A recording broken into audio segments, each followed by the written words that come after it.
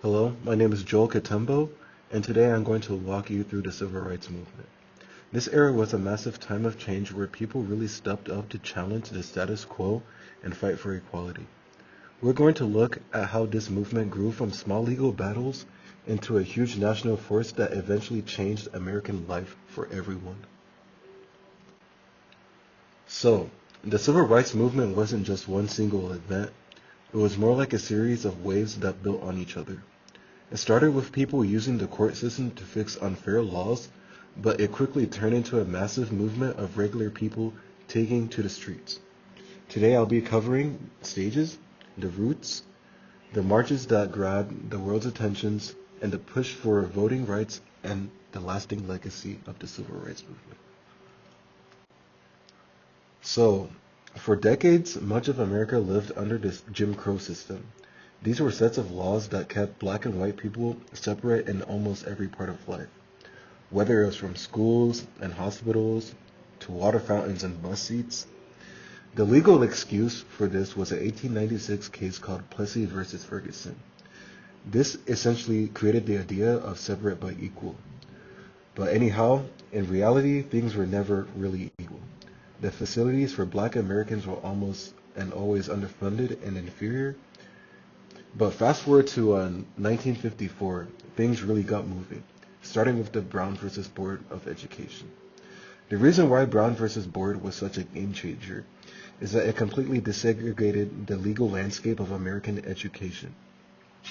Before this ruling, 17 states actually required schools to be segregated by law.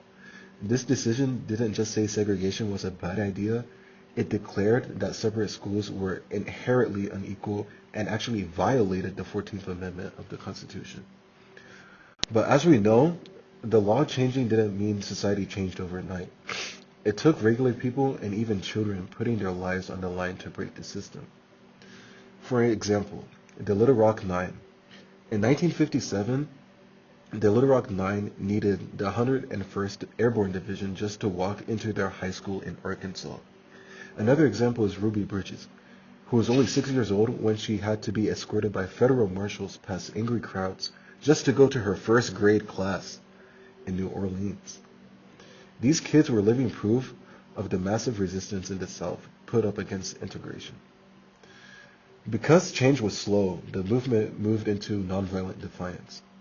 In 1960, we also saw the Greensboro sit-ins where college students sat at whites-only lunch counters.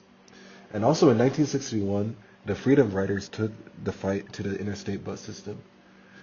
In totality, they were not just protesting, they were physically dismantling a system that has been around for over 60 years. But by 1963, the movement was picking up a lot of speed. In Birmingham, Alabama, the whole world saw the reality of segregation when police used dog and fire hoses on peaceful protesters, including kids and the elders. That shock factor led to the March on Washington later that year. Over 200,000 people showed up, and that's where Dr. Martin Luther King Jr. gave his famous I Have a Dream speech. This speech wasn't just a nice speech, though. It was a huge political movement that pressured Congress to pass the Civil Rights Act of 1964. This act pretty much banned segregation in public places and was a major win. Even with a win like the Civil Rights Act of 1964, voting was still a huge problem in the South. In 1964, volunteers went down for Freedom Summer to help black citizens register to vote, which was incredibly dangerous work. The breaking point was the Selma to Montgomery March of 1965. After the violence of Bloody Sunday was caught on camera, and it became clear that new laws were needed. This led to the Voting Rights Act of 1965, which got rid of the unfair tests and tricks people used to keep black Americans from the polls. This was a major turning point for democracy in the United States. One thing that I found interesting was Loving versus Virginia. This often gets overlooked, but it's really important because this wasn't about schools or voting, it was about the right to marry who you want. A couple named Richard and Mildred Loving challenged the laws that banned interracial marriage, and they won. The Supreme Court ruled that marriage is a basic civil right that the state can't restrict based on race. It ended those types of laws in 16 states and was a huge win for personal freedom too. So when we look at the legacy of the civil rights movement, one of the biggest changes was in representation. Once people could actually vote, the number of black leaders in office grew from pretty much almost none to thousands. We also saw a shift towards black power and groups like the Black Panther, who focused on community pride and social programs like free breakfast for the kids. But the most long-lasting impact was that this movement became a blueprint.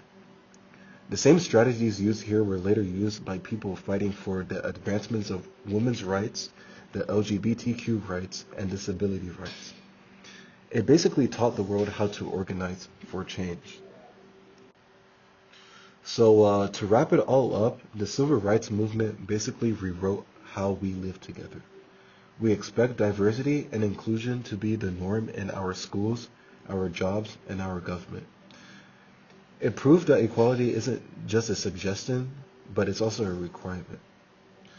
Although we still have a lot of work to do, this era showed that when people can organize and stand up for what's right, they can actually change the world and they can change the future. The activists from this time paved the way for the freedoms that we have now, and the story still gives us a roadmap for the future.